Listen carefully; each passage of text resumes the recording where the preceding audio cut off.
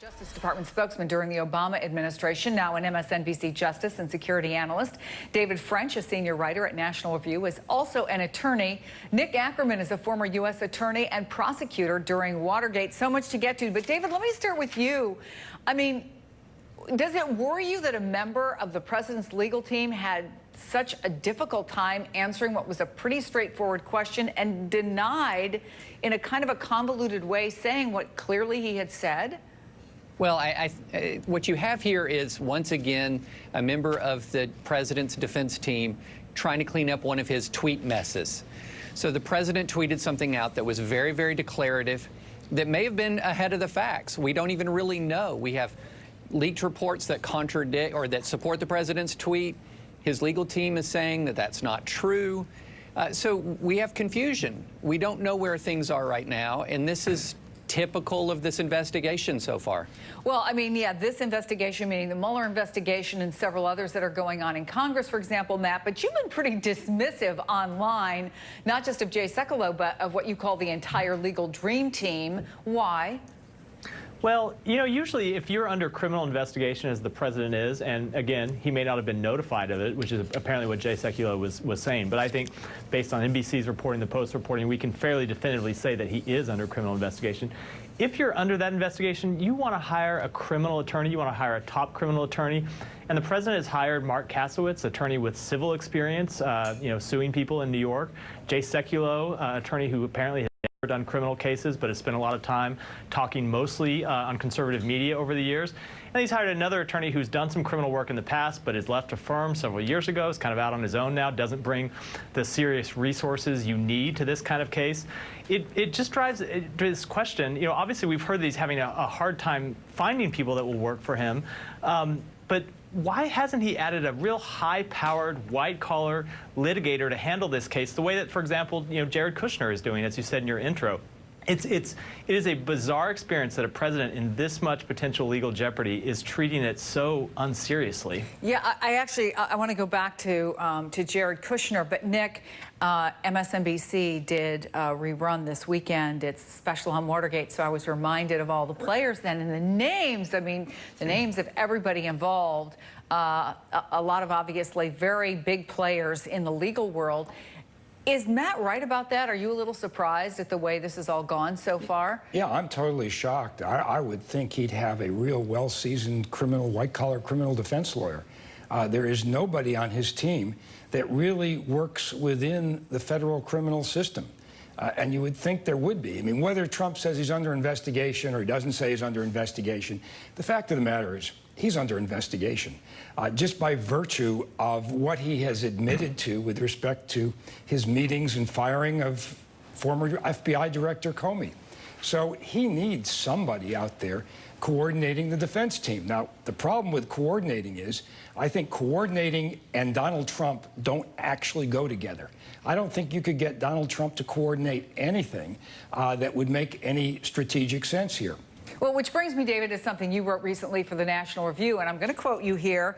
President Trump's fate depends not just on the things that happened before, but also on his self-discipline going forward. And I assume you're referring to the tweets, and I'll let you expand on that. But my other question is, when you hear what Sekulow had to say, and then you see Kellyanne Conway going on and again denying that there was even any investigation, which makes you wonder, well, if there's a witch hunt, who's the witch?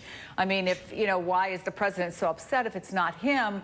How much of this is him and how much of it is his staff? Even if he's made mistakes, and I think everybody can agree to the fact that he should stay off of Twitter, particularly when it comes to an ongoing investigation that may or may not involve him, but probably does.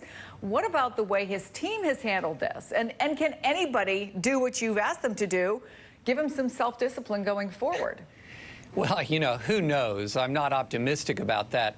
Look, there's a couple of things. Number one, when I talk about his conduct going forward, whenever there's an active federal investigation, your conduct can put you in criminal jeopardy, even if you're innocent of any of the underlying charges being investigated.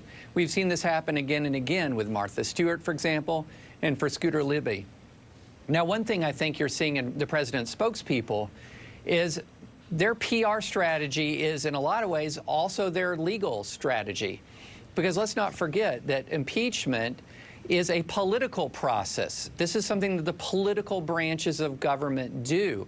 So if you can win a PR battle, you can be guilty of underlying federal criminal statutes and still survive as a president. Just ask Bill Clinton. Is that what you see going on here, Nick, that there's a part of this is about the impeachment process, about a political strategy, and the other folks are going to handle the legal part of this? Well, there clearly is a political strategy combined with the legal. It's just not very well coordinated. I mean, the problem with the political strategy is that they have to take the position we did nothing wrong, that this is all a witch hunt. And what they're going to wind up doing But again, I go back to, if it's a witch hunt, then, you know, who's it targeting? Because that's what the president keeps calling it. He seems upset. He said it was targeted at him. Now we're getting all these arguments that it's not. Well, politically, he's saying it's targeted at him because that riles up his base. And the fact of the matter is, he is under investigation. I mean, we know that Dan Coates and Rogers have been called into the special counsel's office. At least they should have been. And if they were, you know that that made it back to the White House. So they know that the special counsel is talking to lots of people. And one of the people they're obviously asking about, Matt, is Jared Kushner. Now, there's this report in the New York Times that he's going to add more trial lawyers. Look, he can afford it, number one. Number two, I think there probably were more than a few people you may have known in the Obama administration who were never charged with anything, who felt that they needed to lawyer up. Is this just a smart move on his part? And, you know, people who may be very partisan may want to read something into it, but it's a little too early to do that? Or do you read something into this? Well, in Jared Kushner's case, it could be something. I think for the most part, people at the White House will be smart to be making contact with counsel and potentially retaining counsel at this point, because for Mueller to pursue this investigation, he's really trying to figure out what is in Donald Trump's state of mind when he asked Comey to back off the Flynn investigation, when he fired Comey. And I suspect he's going to subpoena all of Trump's aides and put them in the grand jury and ask them questions about that. And everyone that's in that situation should be getting an attorney.